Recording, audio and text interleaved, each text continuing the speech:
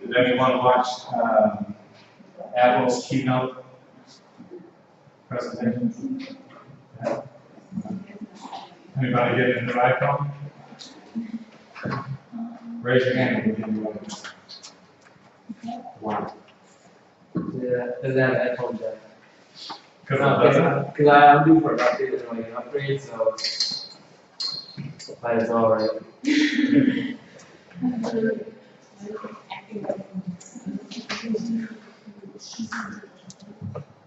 Who here thinks Samsung phones are better than iPhones? Nobody?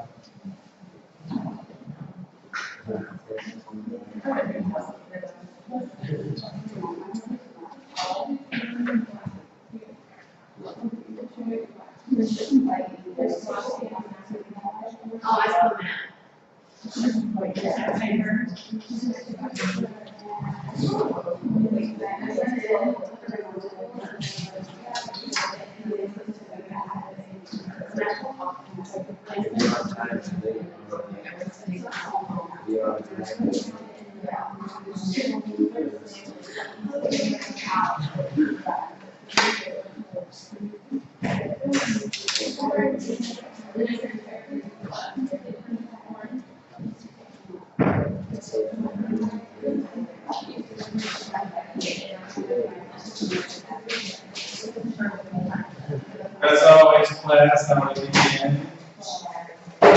Your favorite thing to do? I think we had 16 people in here, so we're going to get into groups of 4. And there's a little group exercise we're going to do. There's an ethical dilemma that I'm going to hand out to each one of you. So in your groups, you're going to look at the issue, try to address it with your own spin on it, your own perspective, and let me know what you come up with. So, I mean, each person might have a piece of paper, but get into groups of 4.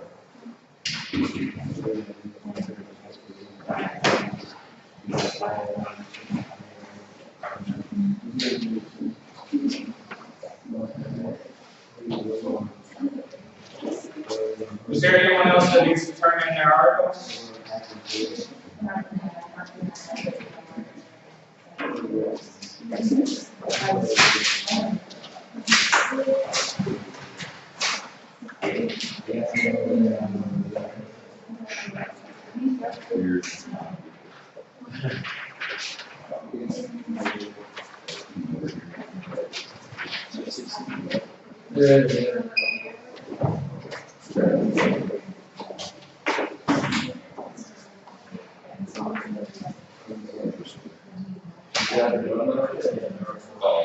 By the way, you guys, for those who just walked in, that's our new freshman, just graduated high school. Benjamin is going to talk a little later. Class about leadership and local concepts. Sure.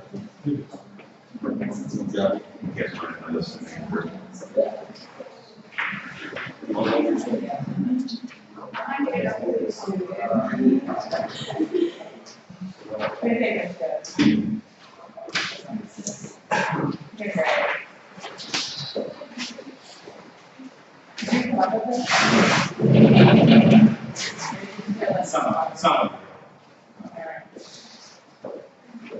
But it's a good one.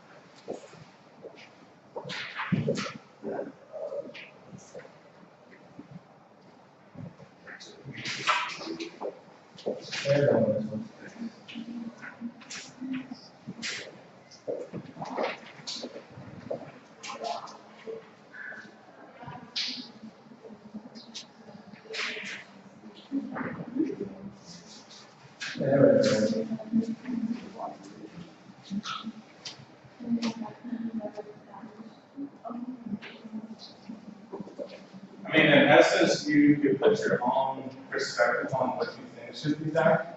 Doesn't have to be textbook, but just have a reason why would you put it that way.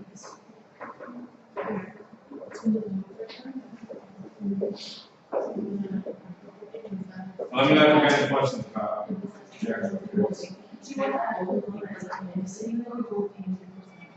Yeah, I mean, just draw down bullet points of some of the other ones that you see in there.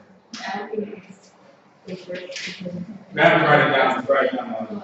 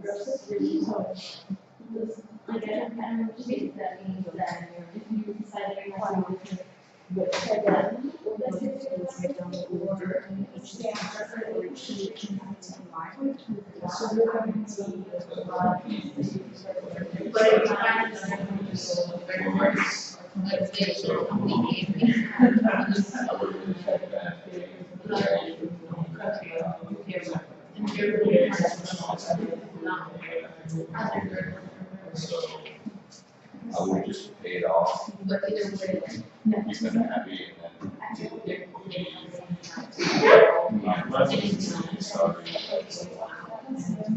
do this.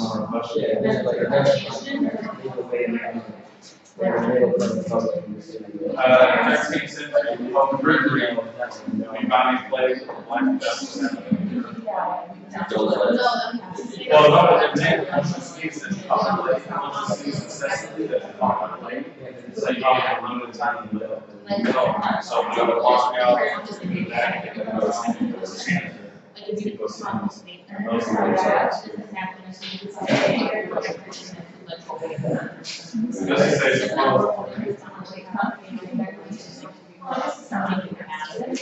we'll say it's a program that it's not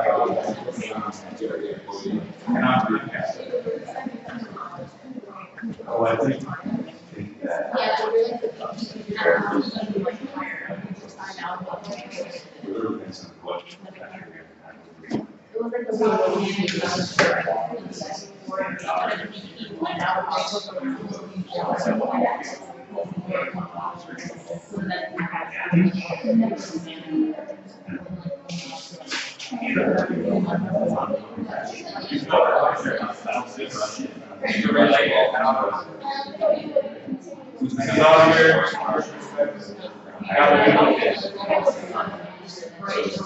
Some people are handling the five looks more sensitive on numbers, but that's the question.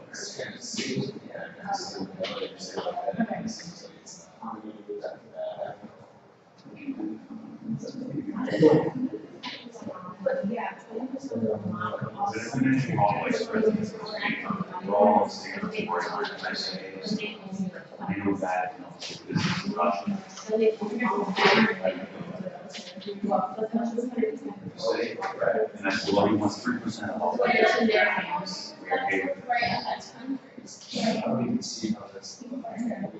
Vision. Political assassinations can't be included.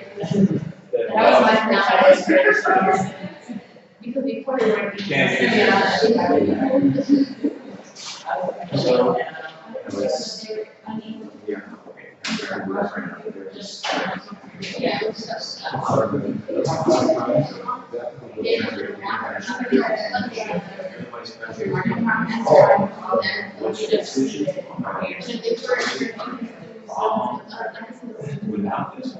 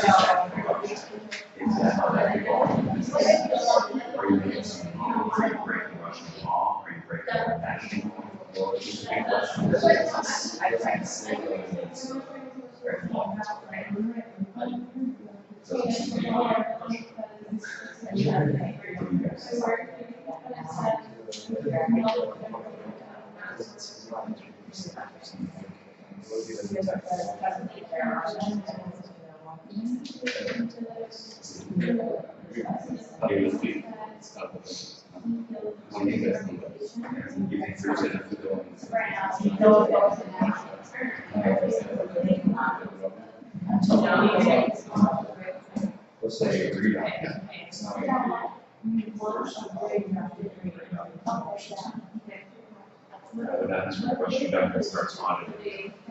And what's your response to the report as the vice president is talking? And how do you answer that? The Russian order is according to Russian law. What's your response to as a company? And as a person?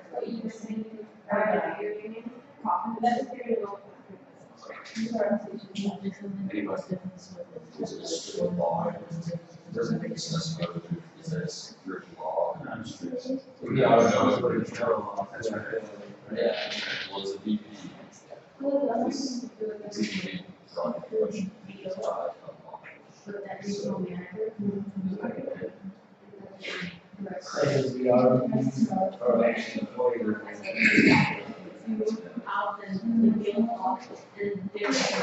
Does anybody have any questions about the issue?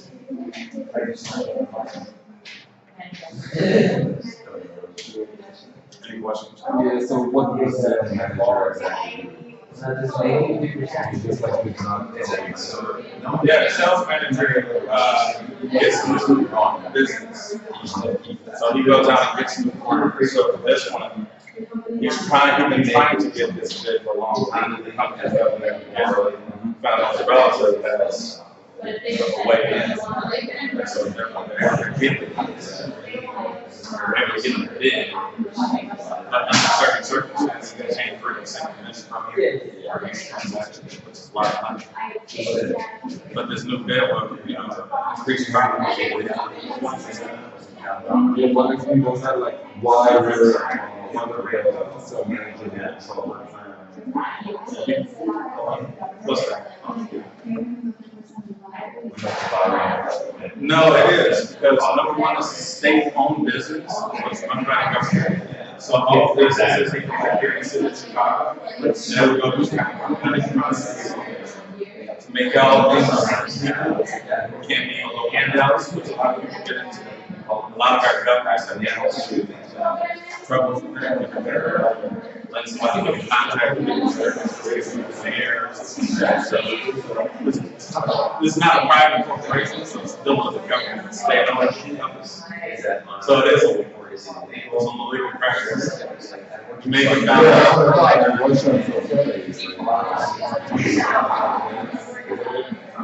well, I mean, it doesn't really state. I mean, so that's really bad. You're like, hey, we don't need to down down and make our money. And everybody if you get found out and we face with husbands back home, you're always going to be back home country. This is just a place you are. That's an international thing. So, what are the repercussions for that? It wouldn't be wrong. We're giving this at 8%, we're doing a live. You come up with your own thing. And it doesn't have to be, it doesn't have to be what you think, I think. Tell me what you think. You're like, hey, it's hard to do that next 4 lives. We get found out, we get fined, hopefully the fine's on 20% property level. Work, everybody wins, or somewhere, making more jobs for everyone else. I mean, it's a lot. It's a lot that can happen.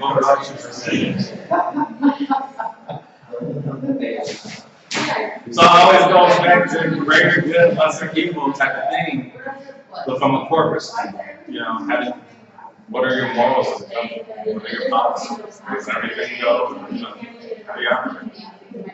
Well, I mean, I wouldn't bribe someone, like, too much You guys they were asking, Russia is culture might allow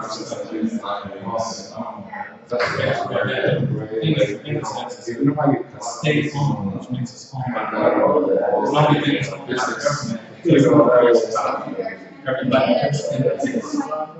and then they look to say, they look to be reasonable and how they should take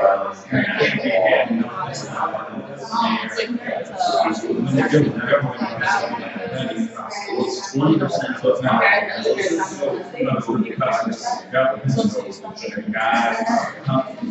but I was telling them, yeah, I mean, like, you're very less than people.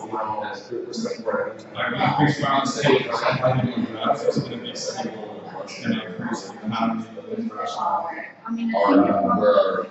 That's what I want to say. I'm saying it's really just,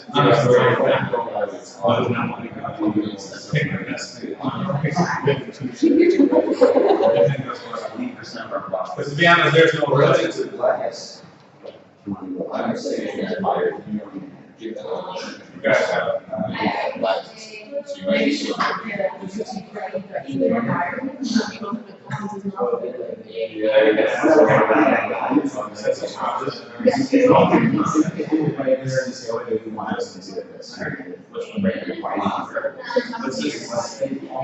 it's just one guy. the government is supposed to be having a process to make sure there's no corruption. but then what's gonna happen, are they gonna do it?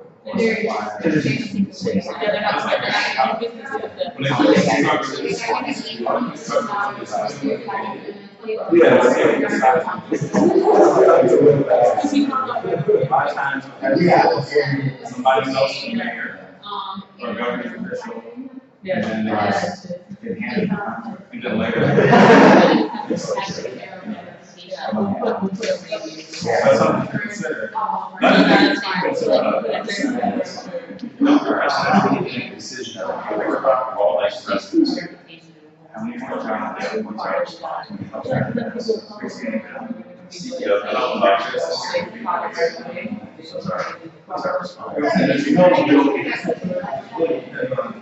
You as a manager in that position, what do you do? And this is like all shops. People pick their promises. Right. And it was less. They do that with insurance stuff too, with the cars. So say they go Volkswagen's has a car, the wheels are kind of fall. Right, they're testing this stuff. Oh, 30,000 miles, and the brake will come on. And then the insurance company gets together, risk analysis to say, a number of people would be killed, and what would be the loss of the company.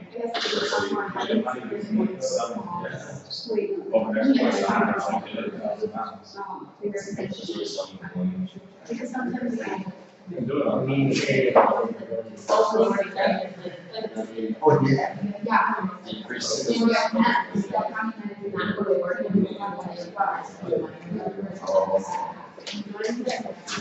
guys have any questions?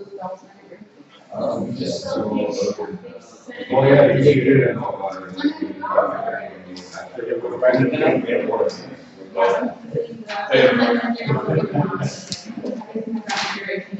Hey, actually, that's a really good concept. Everybody gets their opinion, decide on what is the consensus. That's what you go. Majority of my- Yeah, noticing people like that. Yeah. Hey, guys, you know what? Also, throw into, did everybody agree on what you said?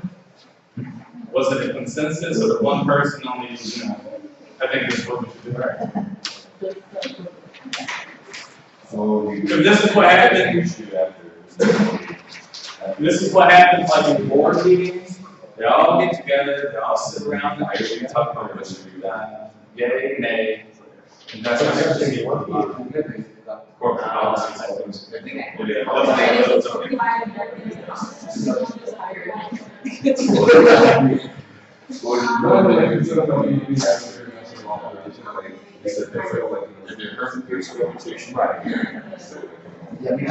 So you guys are not actually No,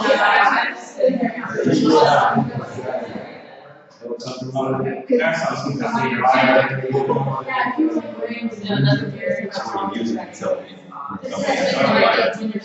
good. I used to read like.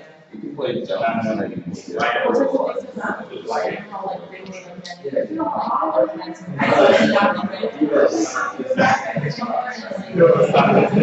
I stay right back.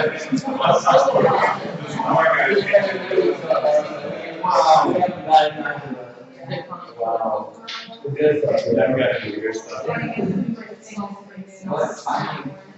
Truthfully, I don't even understand what ethical.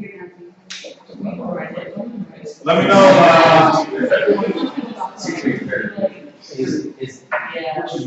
Is everyone,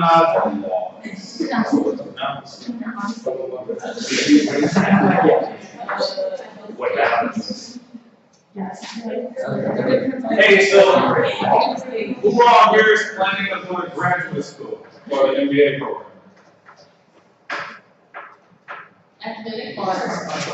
Just, yeah, we're planning on getting an MBA. Yeah. Or you're gonna wait to like get a job that pays for it or something. Makes sense. So we're interruption. If there were some over weird things,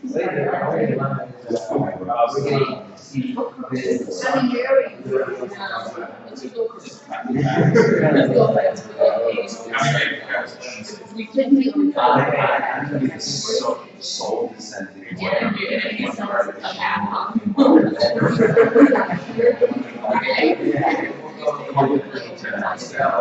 Like, because you guys kind of figure each other out and go. No, That's my book. That's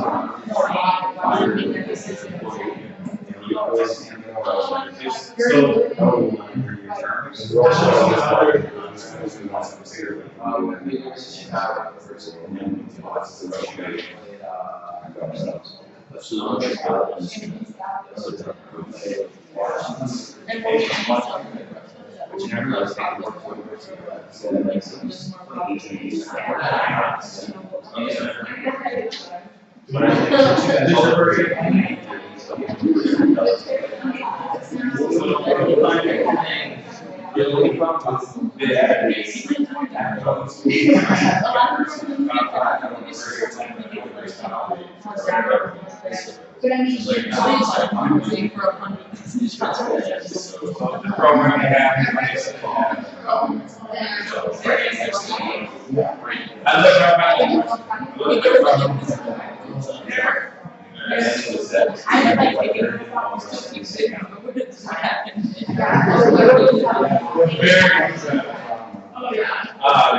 University of Chicago is the Harvard of the Midwest.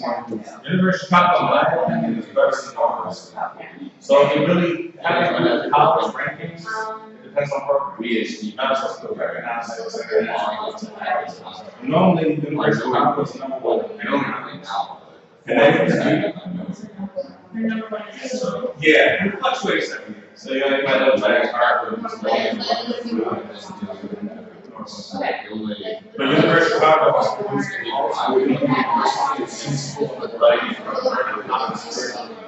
Harvard, I just think the opposite. Yeah, there is. Somebody thinks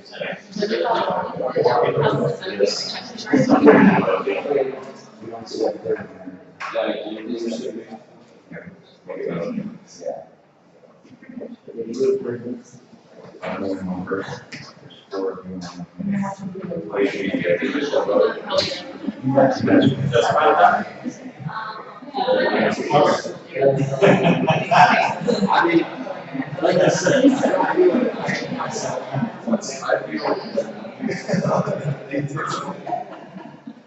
then I was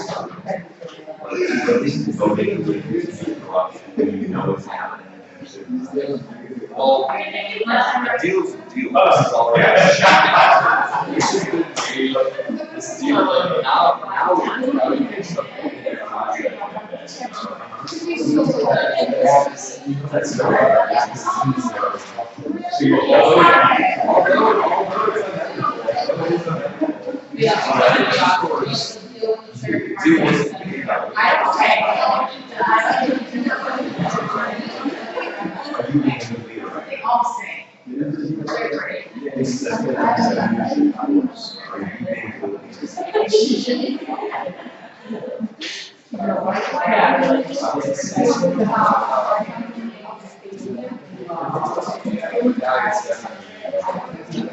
I'm just letting you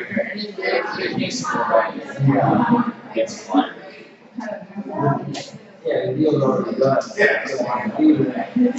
There was just a company. You guys want to hear it? Reputation.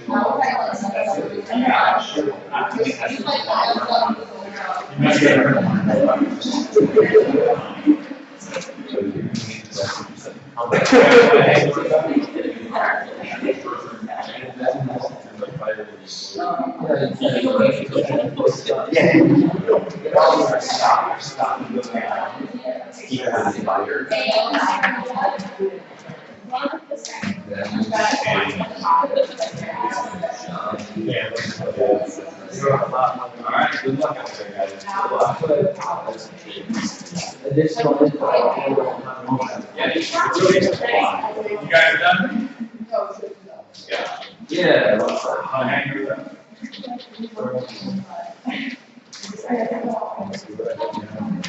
Yeah.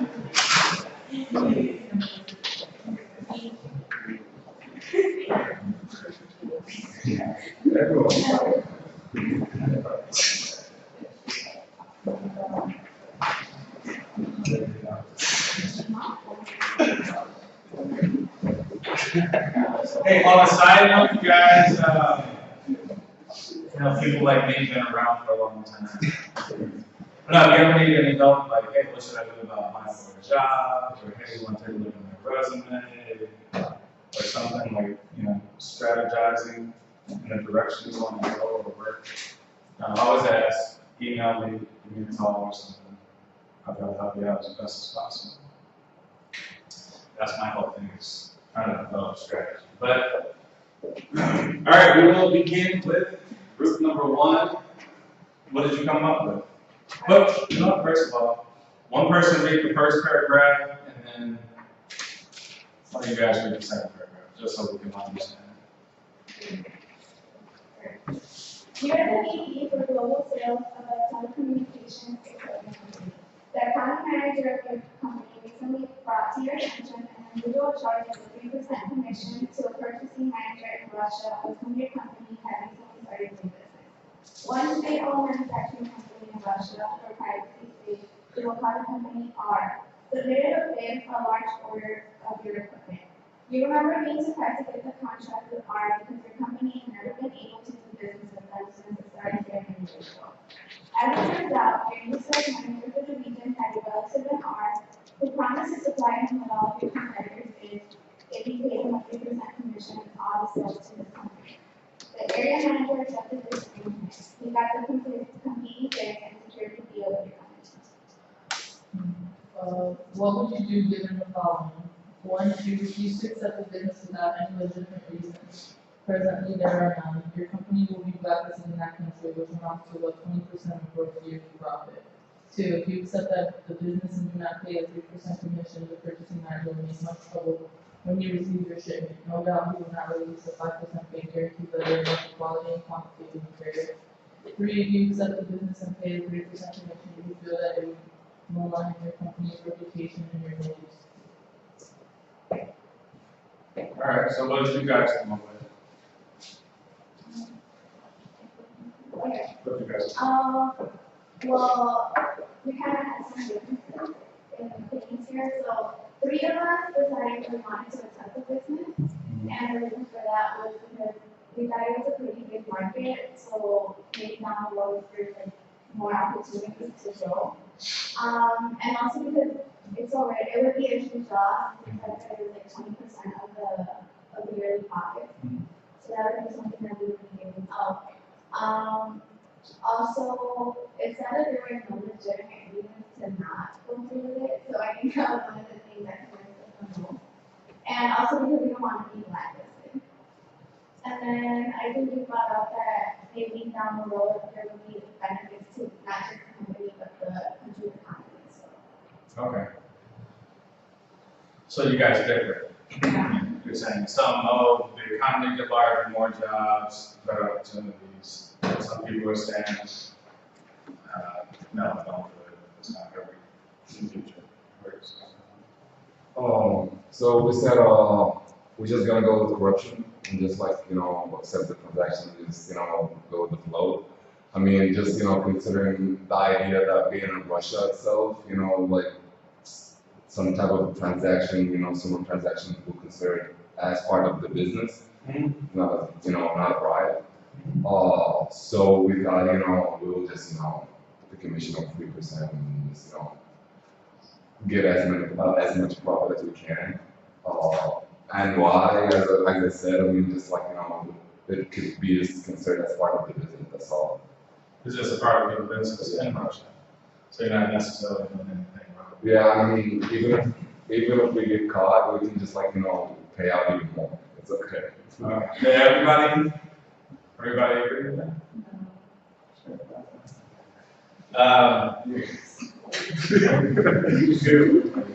We all agreed to pay 3% because this guy is getting us these contracts, even though he did it already. Like at first we didn't agree with it, but we got a very good business from it. So we're just gonna pay 3% and then deal with the repercussions later. And then when we need to find the guy, we just blame it all on him since we are paying 3%.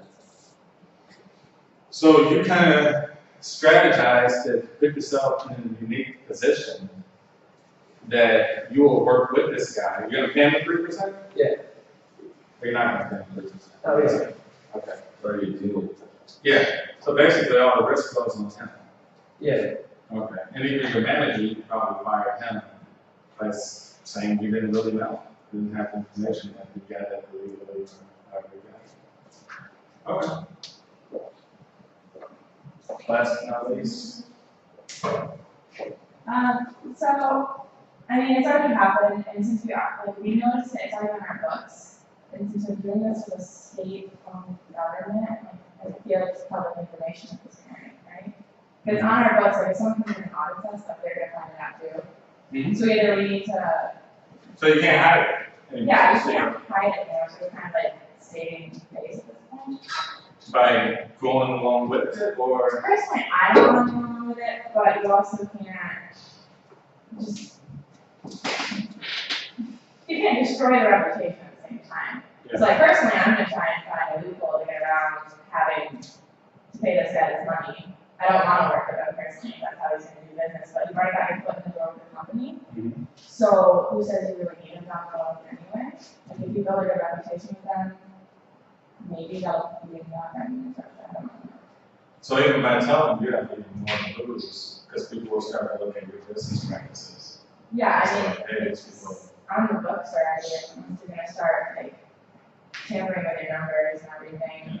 And pretending like you don't know about it, I don't really know. Personally, I don't agree with it, but you also have to be smart about how you do it, and since it's already happened once, I feel like you have a little bit of time before the next order comes in to kind of figure this out, deal with it, and like there's gotta be repercussions, probably gonna have to let them go at some point, but Maybe you can renegotiate. yeah. All right, interesting to see. There's no real answer to the question on what to do. It really just depends on who you are as a person and as a manager. And that's kind of what we're going to talk about today.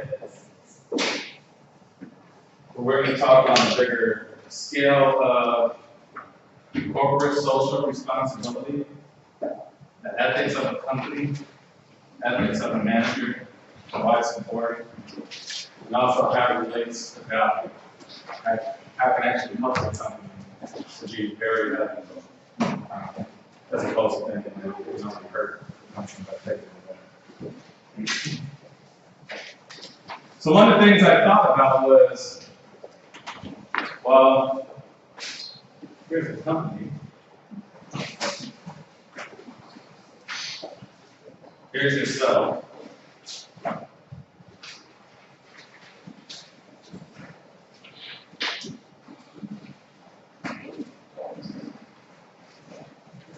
And let's say what makes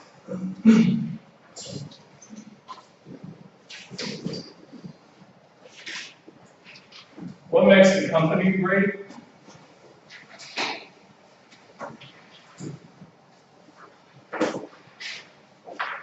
Let's say what makes you great?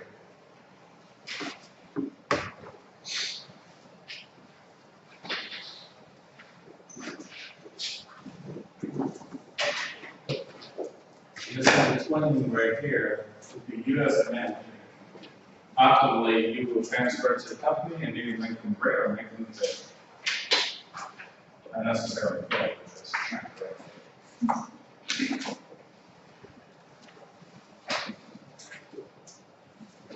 So let's say we'll do two extremes.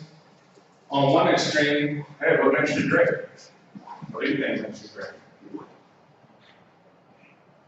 What makes you great? What makes someone great as a person?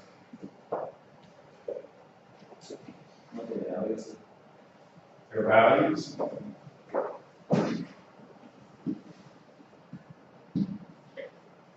Let's think realistically. What do we all think we need in order to be great? How? Power? I'm pretty sure everybody wants some sort of power, I suppose. How about money? How about material things? That's probably how we perceive and judge others and value them and say, the person's great. Look how rich they are. So much power. The same applies for companies. Money. Let's say operating within the law. We're not going to say illegal, but that's a relative term because a country or a region you're working in has different laws, etc. So let's say within the country or region, within the region.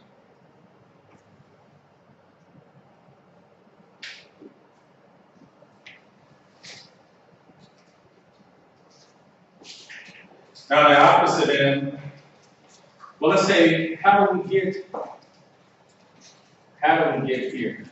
What are some of the things that get us to power, money, and buying material things that we perceive to be great to us?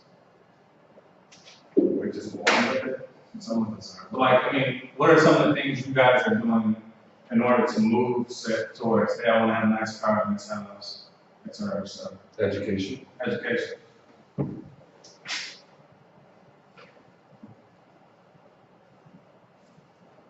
For a company, it's the same thing. It's information. You want to have the best, most up-to-date information. And that's how you make your decisions. All decision making is based on good information or bad information. How else did we get here? We use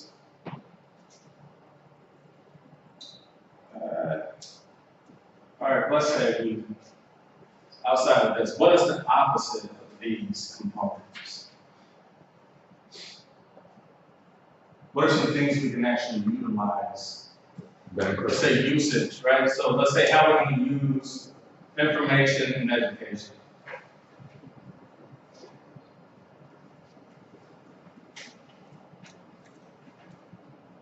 How would you use them? Yeah.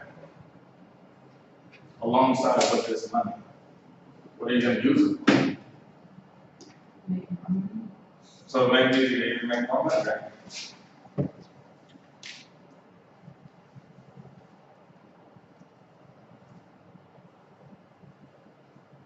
But that's one perspective. Let's think of a broader term. Maybe we use it for good things. Maybe we use it to help others. And that's the opposite side. The side we don't really consider that much. Helping others for service.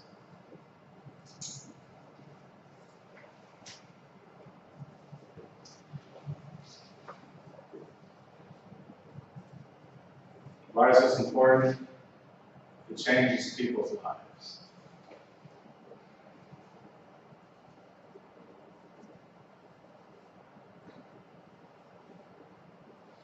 So think relatively, if there's an entertainer, athlete, musician, political figure, how do you perceive them to be great people? You say one person's great because they have money and power and influence.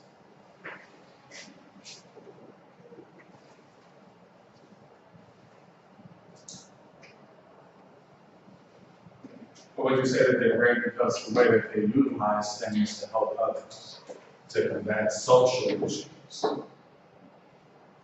And how much more does that make them a better person, a greater person, a perceived image of greatness? You guys kind of understand what I'm saying? That's essentially how you have to think as a manager relative to a company working overseas. Yeah, you're gonna make money. Yeah, you want a big bottom line. Where do you draw the line? Do you say it's all about this as a person? Or do you say, hey, you know what, I use that to come back and after I've made money, after I bought all the cars, the big house, I start a program, start an endowment, I create things to help people and change people's lives. So essentially, what we were talking about here with Russia, we kind of gauge to see how people's perspectives is. Is it short term? 20% for a year. Was it long term? 10 years, 20 years. How is that sort of mind frame going to impact you 10, 20 years down the road? If that's just the policy we set. Hey, we do business the way they want us to do business, and that's it. So that's something to greatly consider as a manager. So you guys adopted two different approaches. Let's say philosophical managerial approaches. Some of you guys were saying this universalism.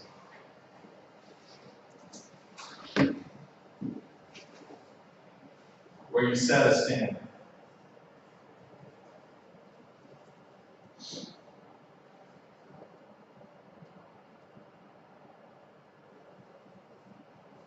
And you follow it wherever you go.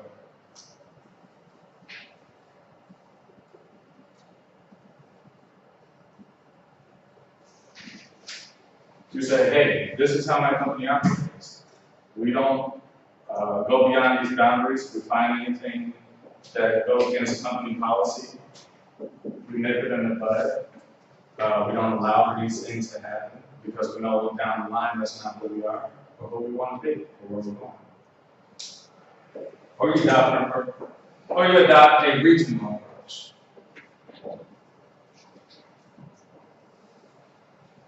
You say, I do business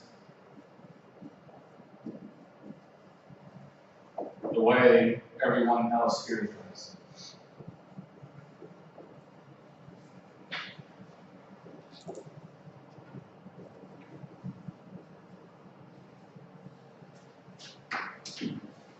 And so going back to Russia, you say, hey, this is Russia. Play ball. And it's not illegal here. Maybe our headquarters are in the United States, but this particular business operates here.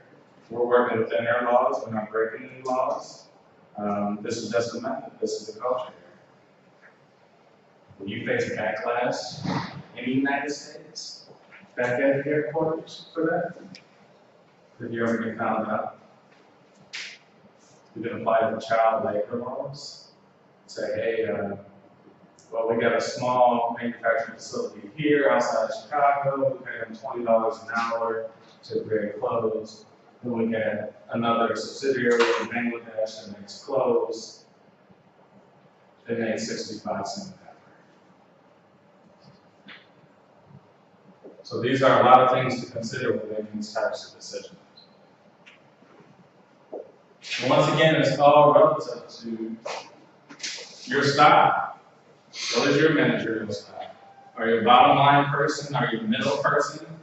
Where you do a little bit of both? You provide a little bit of leeway, wiggle room to kind of, we're not going to be completely illegal. Maybe just a little bit. Or we'll play ball, but we'll tweak the numbers a little bit of how far we're going to play ball.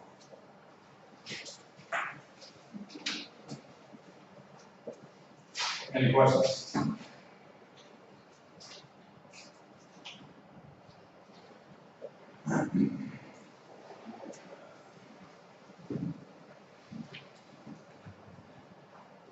So CSR, corporate social responsibility. Does everyone have a good idea what that means? I know someone asked last class, like, what is that? What is CSR? Were you guys taught CSR in like previous classes?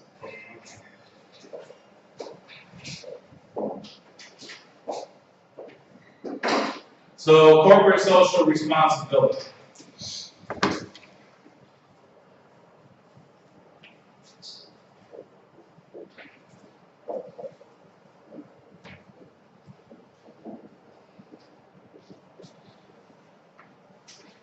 This focus right here is doing good primarily just for the sake of image, right? You want a good image. Why you do good? Because you want to be perceived a certain way by your consumers, by your stakeholders. So let's say perception of goodness or good practices. How are some of the ways you could implement corporate social responsibility? Like, what are some of the things you would do as a manager? What would you create? What would you develop? What would you execute? I watched a video about Nike. They actually created basketball courts for neighborhoods, like in the world. So that would be the service. So Nike created basketball courts, right?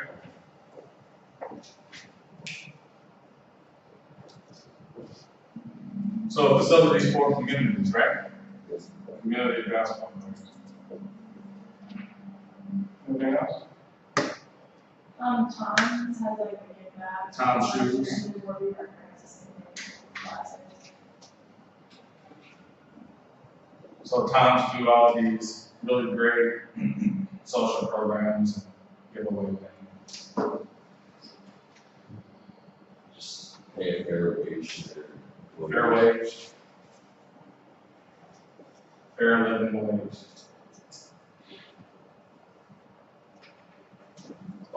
BP company, British Petroleum, they actually provided like facilities to purify water in Algeria.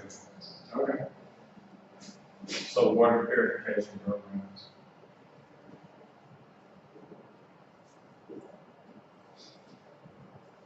So if you did all of these things under corporate social responsibility, you're looking towards image.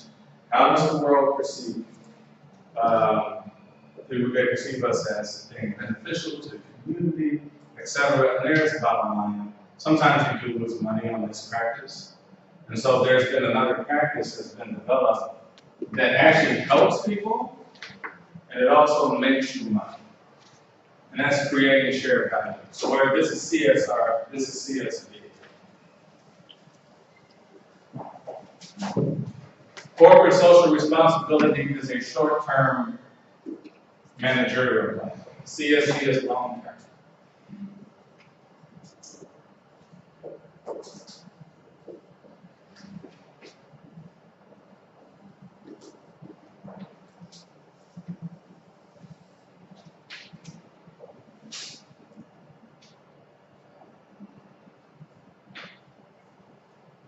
What you do under CSV as opposed to what you do to CSR is, like I say, CSR is giving away money, sort of charitable donations. A lot of times it's written off on taxes, but you gotta lose money. A lot of companies don't. But it's really just a market. It's a tool of marketing. How do you market to say you're doing this and that, so that you keep a good image and good perception of your company, your brand, etc. CSV, on the other hand, works directly that things impact the company.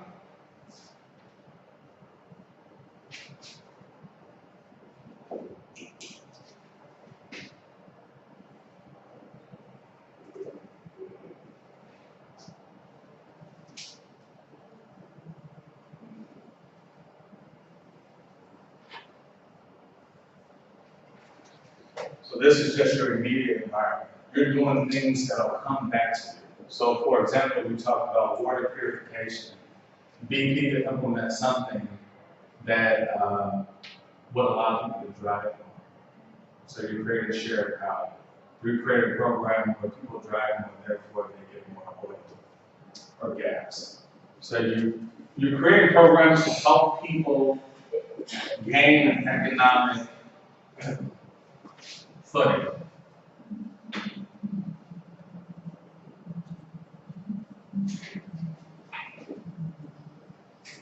Right? Creates more jobs. If it creates more jobs, it creates more consumers. So if it's selling a product or service, you see that it's coming back to you now.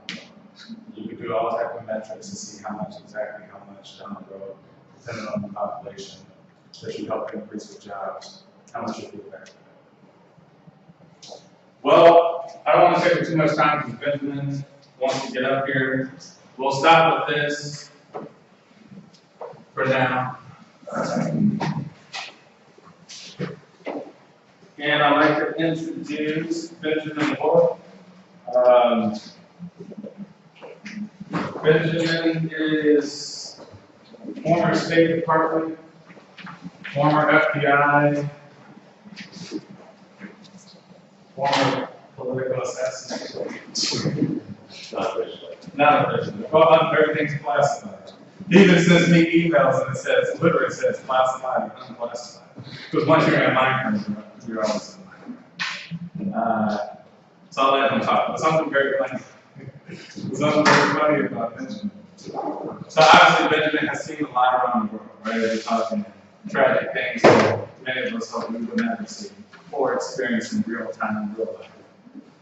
And so we're eating at Denny's down on Harlem, and we were just talking about like, hey man, we're in Afghanistan, in Libya, Tunisia, in Iraq, during the Iraq War, during the Afghan War, like the things you saw up front and close being on the ground. And he said to me, he was like, Zack, I asked him because, you know, he's kind of monotone all the time, so sometimes he has to catch his jokes, and like, and so I was like, dude, why are you always like stoic like this? He was like, man, he said, literally, if someone's head exploded right now while we're eating breakfast, he's like, I would continue to eat breakfast.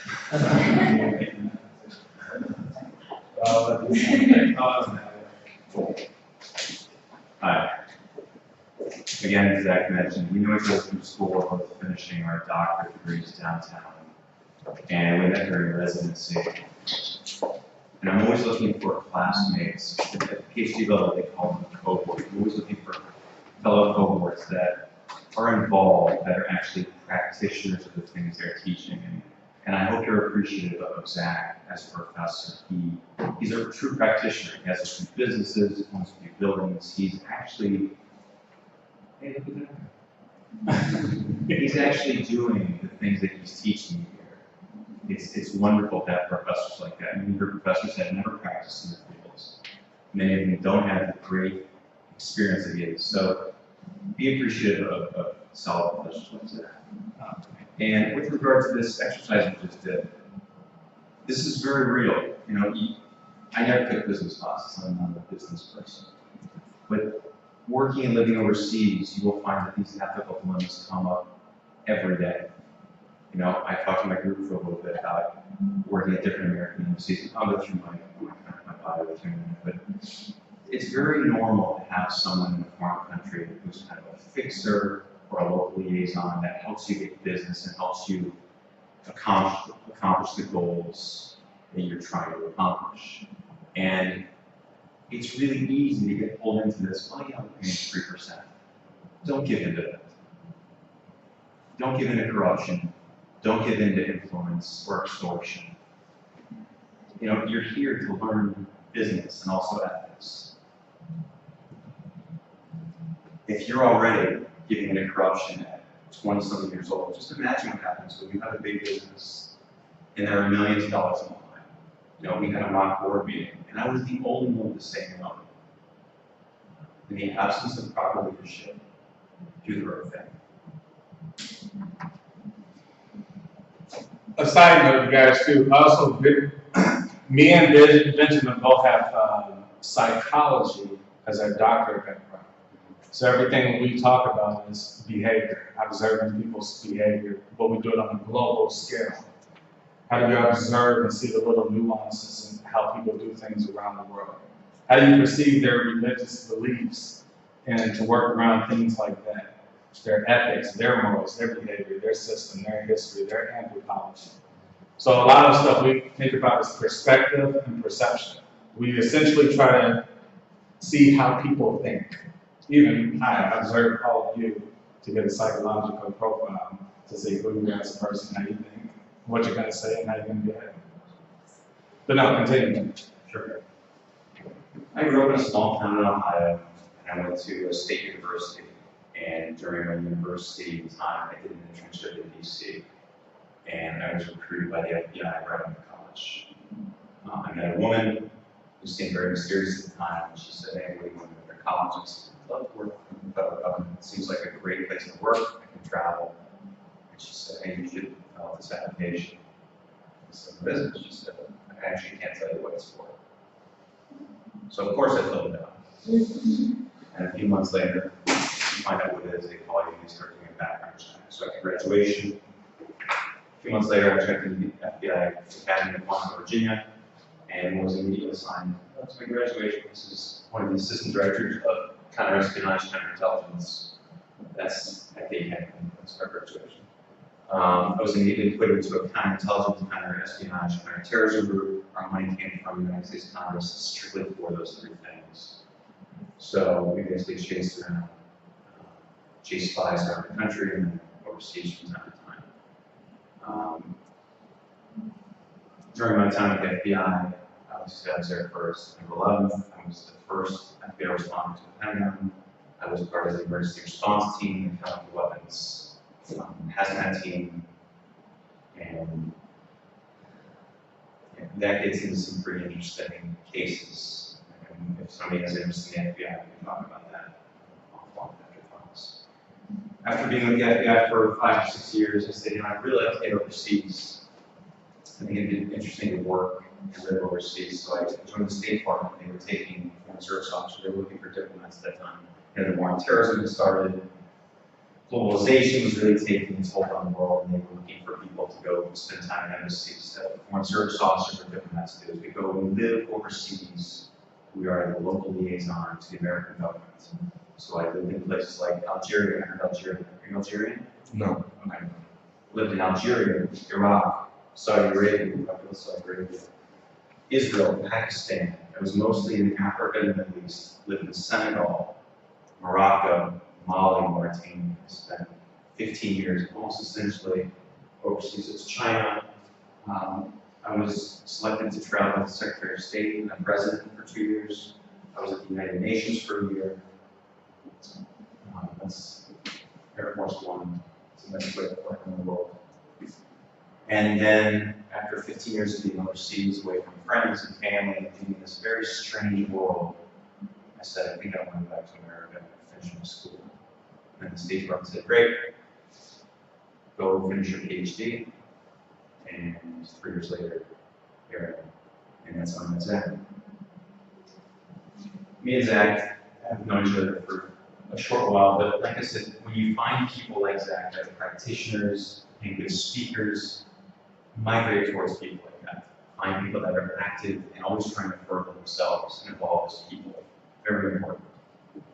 And so when Zack asked me to come talk to you, he said, I asked him, what do you want to talk about? He said, talk about culture and leadership. I was up all night trying to figure out how do you merge culture and leadership. And I think I figured it out. 6 years ago, in the New York Times, August 1st, 2010, there was an article in the business section.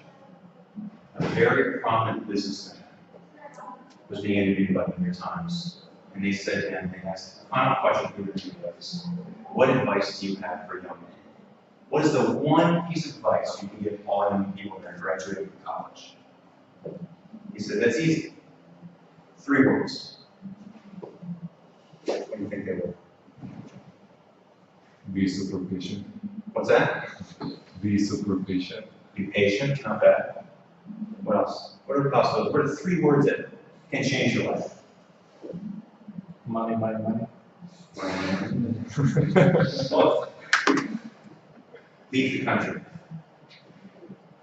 Get a passport, leave the country. Why would a prominent business leader tell young people to leave the country?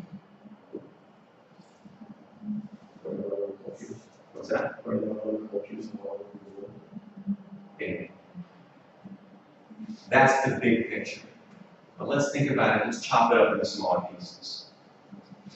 When you're planning a trip overseas, how many of you have traveled overseas? Excellent, excellent. How many of you are born overseas? Maybe. So let's think about something. If you're a business executive and you're trying to find the best possible talent, what are the characteristics you're looking for? Let's frame it in a very simple way. You are going to take an international trip. You're going to go overseas. What is the first thing you have to have? Open mind, excellent, Adaptability. brilliant. But the first thing is what? Initiative. I want to go somewhere, I want to do something. So you're showing initiative. Then, what's the second thing you do when you're planning a trip? Where am I going? How am I getting there? Logistics. How am I paying for it? Financial management. Who am I going with? I'm going to travel alone. Self-reliance. I'm going to go with a group. Group dynamics. The ability to communicate well overseas. Foreign languages. The ability to communicate at all. Communication skills. Somewhere on your trip, you're going to encounter some problems. Problem-solving skills. These are all the qualities that you're looking for in a manager. Traveling overseas, you're learning new cultures, new things. You're enriching your life. You're getting your passport. You're learning about currency. These are all things you as business people should be doing as often as possible.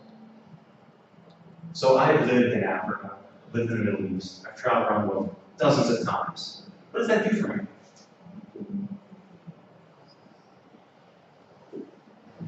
Well, as a businessman, if you're trying to open up an international, or if you're trying to go overseas, you have a business there, you know how the people are, you know different cultures, you know what interests them, if they're compatible. Good. It's giving you experience. There's a better slogan for experience. I like to call it street credit. When you have street credit, you have experience, you have cultural competency, and you have all of those skills we just talked about: adaptability, team building, flexibility, financial management. Makes you a great manager. You take all those things, you couple those with experience and street credit, that's leadership. If I say to you as a class, listen class, I know you want to move that way. That's the easy way. That's the corruption way. I want you to come with me this way. Are you going to follow me? Hopefully. That's leadership. That's why you're in college. That's what you're here to learn. You're here to build on these basic skills to make you a better person, a better adult, a better manager, and ultimately, a better leader. I've never forgotten that article. If you don't have a passport, please get a passport. Leave the country. Buy a ticket. Study abroad is a tremendous way of doing that. It's rolled into tuition already. You're going to have to take out more money. Get overseas as soon as possible.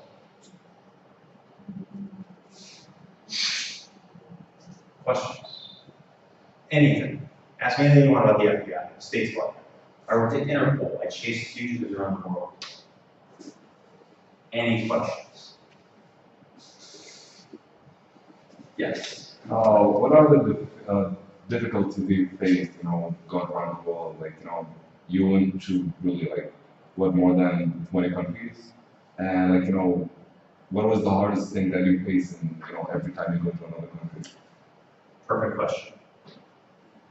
The most difficult thing for me was cultural competency. And I know that sounds strange. After you travel abroad, you think you would just get that. Every country, and this is perfect question for this class. Every country you go to, every city you go to, every culture you meet is going to be completely different than the next. You may think that they're not. Believe me, they're all completely different. From the villages, to the towns, to the cities, to the regions. I was the worst offender. I was born in a very small town. I took my ideology, the way I was raised, the way I thought things should be, and I forced that a lot of times overseas. It doesn't work. I found that out the hard way many times. It's incredibly humbling. That's what the travel does for you. It teaches you, this part of Brazil is completely different from this part of Brazil. Understanding culture, understanding people, understanding languages, truly the most challenging aspect of our jobs as diplomats, as government employees, and kind of as humans. I mean, anytime you travel, you are a diplomat for this country or for your home country.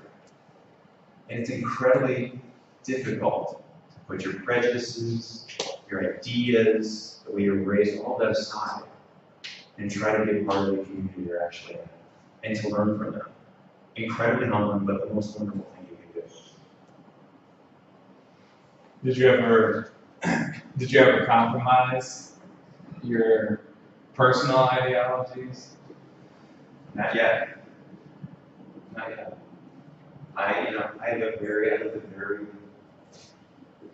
strict lifestyle. Always have. And maybe that's bad. I'll be the first to admit that. I'm not as flexible as I should be sometimes. And that goes with cultural competence. You're going to learn when you're in Algeria. Listen, you're going to sit, you're going to have tea 4 hours before you can even think about talking about business. 4 long hours of very strong tea. And you're going to meet their family. And then you're going to meet their extended family. And then you're going to go to the village. And you're going to do crazy things and have great experiences. And that's part of learning new culture. And that's how you start getting business relationships, personal relationships, government relationships. In America, as many of you know, if you weren't born and raised here, we're very business oriented. We shake hands, we stand far away from people, and we talk about business immediately. Slow down. Learn the culture, learn the people, understand that cultural competency will make you a better leader, a better manager, a much better business person. Yes. So when you actually go to other countries, do you study and read about them first, or you just go and experience whatever happens there?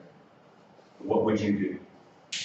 I would read, I would read a lot. I don't want to be in a situation where I'm awkward a little bit, you know what I mean? That goes to culture, cultural competency, and what they call cultural intelligence. Zack and I's program is called International Psychology.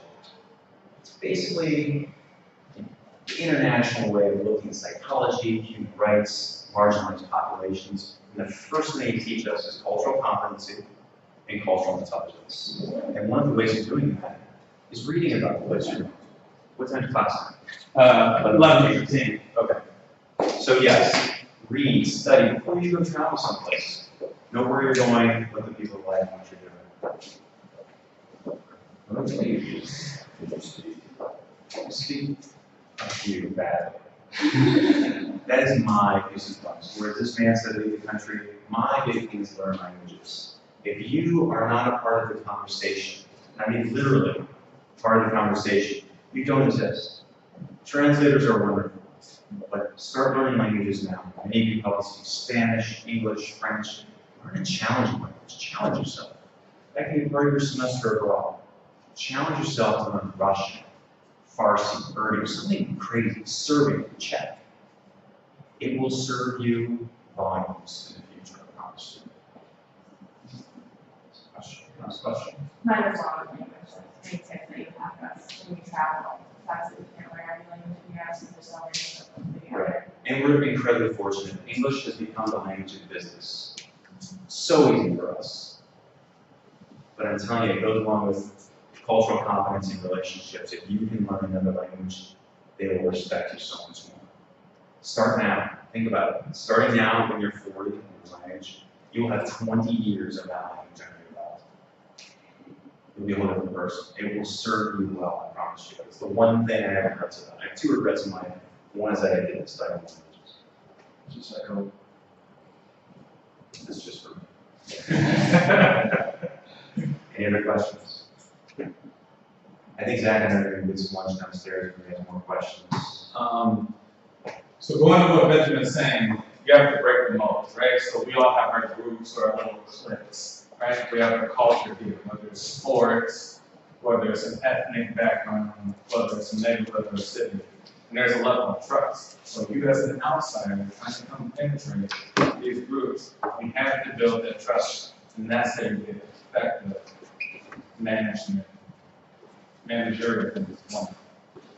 Last but not least, Benjamin touched on this, so in psychology we learned this, IQ, CQ, EQ. And always remember, you can have 160 IQ, Harvard, and $1 billion. But if you have low emotional intelligence and low cultural intelligence, you are still very much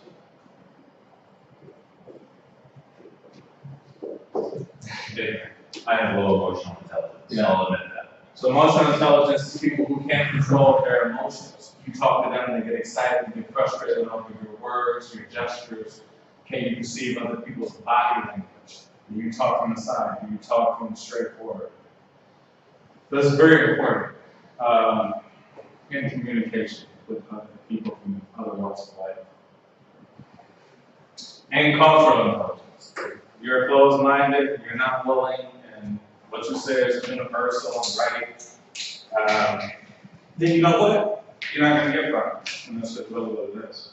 So try to always increase cultural intelligence and try to work on your emotional intelligence. And as you're in school, you're increasing your intellectual intelligence.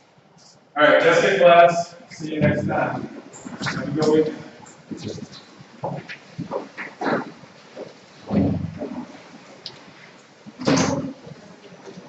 Yeah.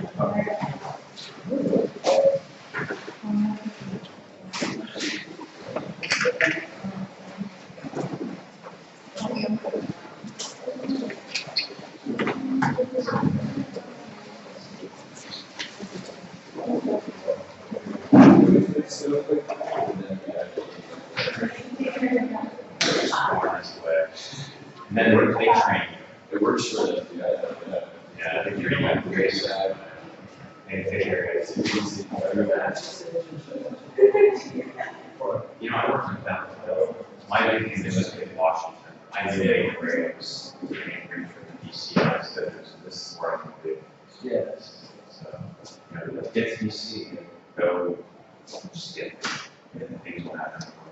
Yeah, do as many internships as you can, it's very I did one when I was like, selling insurance, basically what it was, and then I didn't like that, but I think we go to DC one year.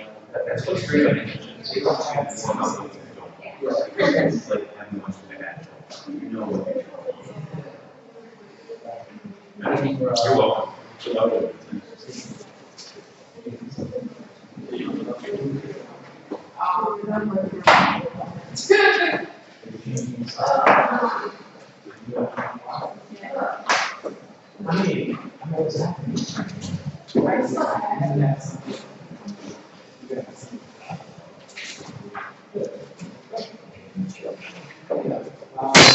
So, mention that.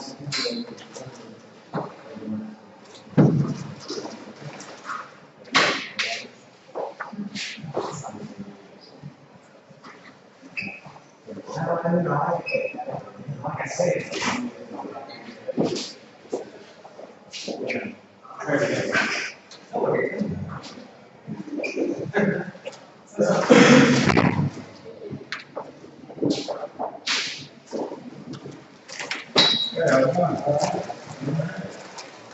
Yeah, I was familiar with your teachings, but this is a set of techniques and other than one semester. What do you say? It's going. It's going, it's going. Maybe that's.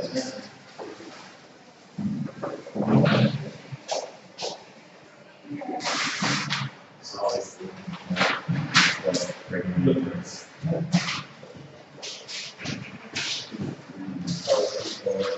No, it's good.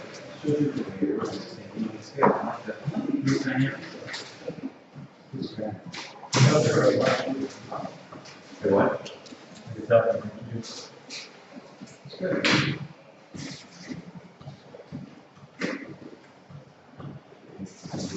Yeah, we love the thing. I'd rather come here than go to Mark. What do you guys say? This is way better. Yeah. This school has nothing on Harvard. Harvard has nothing on this school.